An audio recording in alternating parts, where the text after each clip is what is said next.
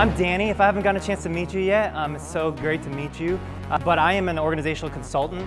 I used to work at Point Loma Nazarene just right before this, and I work with different companies. Now, let me ask you this question. What comes to your mind when you hear the word legacy? So what words came out? What words? Shout it out. Impact. Risk. Long-lasting. Long-lasting. What else? What's that? One of a kind, unique. What else? Legacy. What's that? Knowledge, okay. So an expert of some sorts, yeah. Excellent. Craftsmanship, right? You think of these long-lasting impacts. And to be honest, when Ryan messaged me a couple months ago and he said, hey, I want you to talk about legacy, I really thought to myself, I don't feel equipped to talk about legacy, to be honest, because I feel like, you know, if you're someone that's wanted to leave a legacy, you should probably be old enough to have left a legacy to talk about it, right? So that's obviously not me. Or some of you might be thinking, maybe Danny's like this really old, creepy dude, like Benjamin Button, and he's really 80, but because he's Asian, he looks like he's 30, right? That might be you. And I know in a room this size, there's a lot of young, passionate people. Legacy can be kind of daunting, can't it be, right? We think about legacy and you're like, that's like when I turn like 80. Well, that's when I'm retired. I'll think about legacy. But my encouragement to you in the next few moments is I want you to think about leaving a legacy that starts right now. Okay? Legacy doesn't happen later on. It's not something that you're like, man, I wish I would have done it sooner. It happens every single day starting tomorrow, this afternoon. In your workplaces, in your spheres of influence, you can leave a legacy today. So Ryan went through the manifesto, and I was reading through it last night a little bit, and it's an amazing manifesto. If you haven't gotten a chance to digest it, it's like poetry. You know, it really is poetry. And so I was looking at Monica's manifesto, and I love this line, and you guys have heard it before, to dream a better world and then to build it. It's this aspirational goal, right? That's what legacy is to see something that people haven't seen yet and to go build it, go be a part of it, right? And that's why you're part of the Moniker family. All of you are here touching different parts of the business and thinking about how you might be able to have an impact in this place, to see your dreams come into reality or to see the collective group's dreams come into reality, right? And if I just want to share one big idea this afternoon and 3 points. Okay? I know the only thing standing between you and lunch is me, and so I'll be making sure that it goes nice and quick. But here's the deal. When I think about legacy, this is a mantra that I often think of for myself when I think about legacy. It's this idea that to expect great things, but don't expect to see them. I know that sounds kind of counterintuitive, isn't it? Because when you think about legacy, you're like, I want to be a part of it. Like, I want to have my hands on it. I want my name on it. I want my face on it. I want people to know me. That's one way of looking at legacy. But I want to argue that legacy actually, this idea of thinking about expecting great things, but not expecting to see them. And hopefully I can give you a couple pictures of what that might look like and how legacy impacts, or your mindset of expecting great things, but not expecting to see it impacts your legacy. So the first point is this: legacy requires patience. How many of you have Amazon Prime? I hate it, right? I remember 10 years ago, I was in college, and I got hooked on Amazon Prime. They didn't have like a membership plan. The way it worked was you had to bundle things up to $25, and then you get free shipping in like a week, right? You're like, oh, that's awesome. It's like revolutionizing industries, right? And then they changed their model where you can pay a subscription model and you get it in 2 days. Now it's like you could get in like 3 hours, right? I think that our society, our culture, has grown up in this idea of Insta, right? Amazon Prime gives us this idea that in order to create something, it's about tomorrow. It's about now. It's about immediacy. And I would argue that legacy actually requires patience. Legacy takes a lot of patience. It doesn't happen overnight. And I think we live in an Amazon Prime kind of world and mindset. And we think of legacy as, I want to be instant rich tomorrow, right? Suppose that somebody came up to you and they said, you have 2 options. Option A, you get $3 million right now. How many of you take that? Maybe. The second option is you get a penny a day every single day, and it multiplies every single day for 31 days. 1 penny a day for every single day, and it multiplies. It doubles every single time. Which option should you take? The penny, of course. You guys are like, oh, the penny. Trick question, right? Pretty tempting, right? Let me show you what that turns out to. You get $3 million today. That's your line, $3 million. That's all you get. That's all you have, okay? Day 1 of your penny, guess how much you have? A penny. Day 5, you have 16 cents, okay? Day 10, you have $5.12. You can't even buy a latte with that. Come on, Moniker. Let's be honest, right? Like you get like half a latte, right? Maybe just a shot of espresso, right? $5.12. I'm just kidding, but kind of, not really. I know that lavender or honey thing is like $7, right? Like, let's be honest. Day 20, you have $5,000 in your bank account. 1 penny a day that multiplies. Pretty good. That's day 20. The real magic happens to day 31. At the end of day 31, if it's been doubling every single day for 31 days, you then have $10,700,000. Pretty impressive, right? Over 3 times as much as the $3 million that you could have originally got. How many of you heard this effect in economics called the compound effect? Which is why parents, family members tell you, start investing now, right?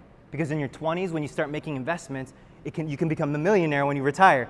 But if you start in your 40s, it's too late. The power of the compound is incredibly powerful. And there's this book called The Compound Effect by Darren Hardy, and he talks about this. And there's a simple equation: small, smart choices plus consistency plus time equals radical difference. Think about this. If you want to lose a couple pounds, how long does it take? A lot of time. If you want to grow in your own self-development, what kind of books do you have to read? It takes a lot of time. It takes a lot of energy. So the question then is, what small choices are you making today?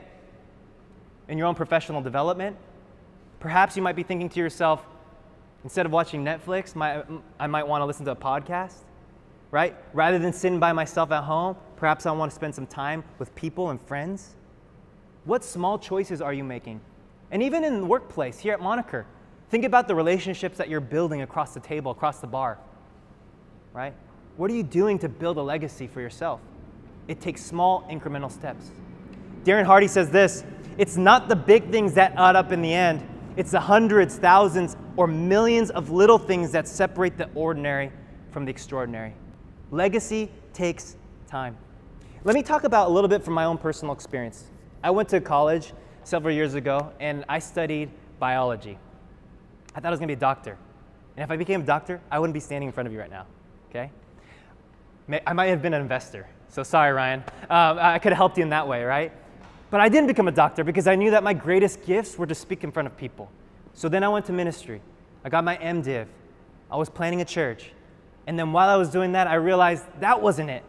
And so I started doing all sorts of other things, finally landing to this place of consulting, working with people and teams and leaders, helping them become better versions of themselves. And oftentimes when I talk about coaching and I work with people all over San Diego, I often draw this diagram. It's a simple diagram. And pretend that you're here. This is where you are, sitting here in this room. You have these aspirations, and then you have these goals. Life goals, whatever that might be, right? That might be you want to own a house. You want to retire one day. You want to have a family, whatever those goals might be. And oftentimes people think that this is how you get there. Straight shot. But y'all know that doesn't work like that, does it? This is oftentimes what it looks like. We meander and we take left turns, we go backwards sometimes, we go in circles, and then we finally figure out where we want to go. And I had a mentor tell me once, several years ago, he said, Danny, this is the way you might want to think about your legacy. He said, in your 20s, you're just trying to figure it out. In your 30s, you're doing that thing. In your 40s, you're crushing it. In your 50s, you're teaching it. And then in your 60s, you're reinventing because you're rethinking about what your next stage of life might look like. And I think that gave me so much permission in the early days because for me, I thought in my end of my 20s, I was like, if I haven't been successful now, I'm a nobody, right? But that gave me permission to go, actually in my 30s, I'm gonna just try to really do the thing that I feel like I'm supposed to do. So start thinking about refining my vision and my talents. Okay? I'm sure some of you might have those same ambitions. You might be sitting in this room thinking, Danny, I need to be there already, right? But consider that legacy takes time. So point number one was what? Legacy requires patience. It requires patience. So the question that I want to challenge you within patience is this. What small decisions will you make tomorrow to see a radical change for the future? It could be simple, like your personal diet. It might be, what are you consuming every single day in your mind? What small relationships will you build that at the end of the day, you might be able to say, I'm actually making a legacy for myself every single day? What small, smart choices will you choose to make? Second point is this: legacy requires grit. And Angela Duckworth, she's a psychologist, and she studies grittiness, what makes people stand out. And she gives this assessment. It's called How Gritty Are You? Self-assessment. And there's some great questions, so let me go through a couple of them. One of the questions is, new ideas and projects sometimes distract me from previous ones. Anyone there? You don't have to say, yeah, right? You just, what's next? Squirrel, right? Setbacks don't discourage me. I don't give up easily. Think about your performance evaluation. When your manager says, hey, you're doing great over here, not so great over here. This is where we need to see you improve. How do you respond to that? I often set a goal, but later choose to pursue a different one. I am a hard worker. I have difficulty maintaining my focus on priorities, or I finish whatever I begin. If you look at these responses, notice that Angela Duckworth's assessment does not have the word passion in it. Because in her research, she discovered that people who are high achievers had one thing in common: consistency over time. And this is what she says in her book. She says, there are no shortcuts to true excellence. There's no shortcuts. So if you want to leave a legacy that lasts, there's no easy way around it. It's not just about a quick, instantaneous Amazon Prime kind of buy it now application. Legacy requires grit. Have you ever been to the Sequoias before? Just right up the road in California? If you've been, you know the majesty of each sequoia, right? Standing in front of a massive tree. It literally defies gravity. And you look up and you're thinking to yourself, how the heck did it get up there, right? And I remember one of the first times I went to the Sequoia National Parks, I was exploring, and you know, you go to those ranger shops and you see all those things in the trees, and they showed us this cross-section of the sequoia. And that was so fascinating to me, because the ranger would show us inside each ring years of growth, years of drought, and it's not shown on this picture, but sometimes they'll show rings of fire, right? Those are seasons, literally, when there was fire that happened in that region, and the sequoia lived through it all. And the reason why I bring up that story is because I think legacy is about living through some of those challenging times, living through those ups and downs. It requires grittiness. It requires the ability for individuals within an organization to say, come what may, we're going to ride through it. There's this hope and optimism, right? And when you think about legacy, it doesn't happen because it was easy. There are no shortcuts to excellence, okay? Legacy requires grit. So the question that I'm going to ask you is, what areas in your life do you want to grow your grit? How does feedback sound to you? Do you run away from it? Or do you say, hey, this is an opportunity for me to grow? This is a place where I want to be challenged. This is a way that I want to refine my skill set in both interpersonal soft skills, right, to technical skills. These are the ways in which I want to grow. So are you welcoming feedback, and are you willing to step in a place and say, this is how I want to see myself grow? Last thought, legacy requires hiddenness. This is an interesting one, isn't it? Several years ago, I had an opportunity to get up to Machu Picchu in Peru. Anyone been before? So actually, there's three ways to go. There's a train, and then the bus up top. That you can hike the Inca Trail, which is the most common trail, and then there's a Salcantay Pass, which is the route I did. The Salcantay Pass, this is what it looks like. This is the peak, obviously not the peak of Salcantay, but the pass, it's 15,000 feet, okay? That was me at my best because the rest of the way, I went on a donkey because it got altitude sickness halfway through. I was throwing up everywhere. They're like, oh, keep drinking coca leaves. It's fine. You'll be fine. I'm like, no. I literally met nurses along the way, and they're like, hey, take these pills. I'm like, are you sure? Like, and they're like, yeah, you'll be great. And I'm like, my tongue is numb. Like, no joke. So this is my ride on the way back down. So 4 days of trekking. I was throwing up everywhere. Make sure you get some altitude sickness pills before you go. That's my one recommendation, right? Day 4, right before we went up to Machu Picchu, I got bitten by mosquitoes everywhere. It was horrible. But the views were great. This is my Instagram photo, right? It's amazing up there. Machu Picchu. Machu Picchu was made in 1450 by the Incans. Okay, it was an Incan citadel. It was this little small town. It's actually a place where the royals would go and play and relax and worship. Pretty amazing stuff, right? And if you've been to Peru, all the other Incan citadels and cities, places of worship, were actually destroyed. Why? Because centuries after this was built, the Spanish conquistadors came in and invaded, and they destroyed everything. Right? But they didn't get to this one. Why? It was high. It was hidden. It wasn't actually rediscovered until the 1911, 500 years later, when they said, wow, this is an amazing piece, and then they named it one of the 7 wonders of the world. Right? And as I think about moniker, I thought about Machu Picchu in the sense of its hiddenness.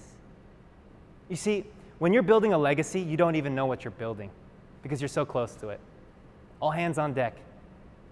You know, and when the Incans were building this, they weren't thinking, one day they'll know my name. Guess what? We don't know any of their names. Maybe know some of their kings, right? But we don't know the literal hands that brought it there. And if you can see it, there's like these giant pieces of stone that actually are not native to that area. They actually had to bring it over. They're like massive stones, and they're like tongue and groove. You should see the architecture. It's amazing, right? They're fitted together. And you think to yourself, who built it? It doesn't really matter. You see their work. You see their labor of love. You see that they had a vision that was all-consuming, that they were saying, we are for it. And as I was thinking about Ryan, and as we were talking, and I'm going to put him on the spot, I'm going to embarrass him. So he didn't tell me to say this. And I asked him, I said, Ryan, you've got an amazing brand. Moniker's awesome. You're doing some cool stuff. You got these cool buildings, great coffee, great events, great space, great furniture. People are always wowed by it. And I said, why don't you just go out there and just kill it on the PR front? Remember this conversation? I was like, why don't you just like blow up your Instagram? You know, why don't you start just like going out to like SD Journal and start talking about yourself and go speak at panels? And this is what he told me. He said, Danny, we're not there yet. I said, we're not there yet. He says, I want to build something that lasts. He's like, I don't want to just have flash in the pan. I don't want to just go out there and get a quick win, get famous real quick. He said, I want to build something that lasts.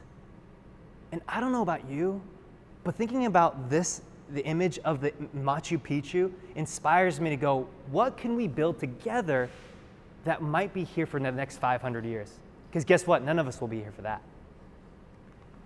Lao Tzu, he's a Chinese philosopher, says this: a leader is best when people barely know he exists.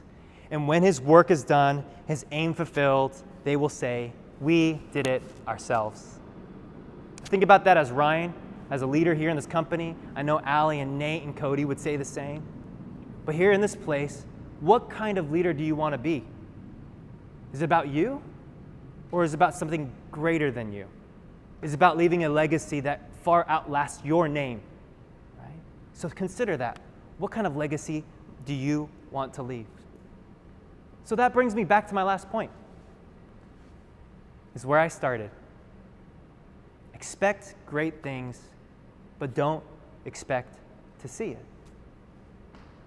Expect great things, but don't expect to see it. You see, legacy requires patience. Legacy requires grit. And at the end of the day, legacy requires hiddenness. The sense of we're building it and we're going to do the best we possibly can. Doesn't matter what other people say out there, but we're doing something that's going to last and far outlast each and every single one of us. And my challenge to you, my invitation to you really is this. Consider, what does it mean to leave a lasting impact? What does it mean to actually be a part of something bigger than yourself. Because at the end of the day, that's what legacy is all about, right? It's not the instant, tomorrow, quick fix, but at the end of the day, what are you building to be a part of something that's bigger than you? Thank you so much, guys. It's been a pleasure talking with you today.